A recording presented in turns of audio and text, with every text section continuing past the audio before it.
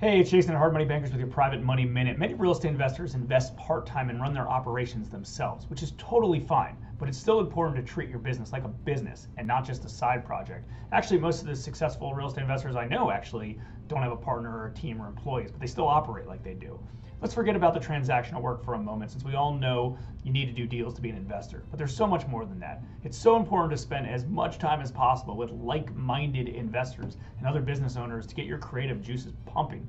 It's all about the right daily mindset for growth, success, and positive movement. If you're stuck behind a computer all day and night, you're just limiting what you're capable of. You got to be spending time out there with the right sphere, the sphere you want to grow into and with. It's not just attending some meetup groups and some appointments here and there. It's regularly working outside your house together in a place with positive energy and good vibes. Most successful people will tell you that a big part of success came from others helping them and working and collaborating all together on a daily basis.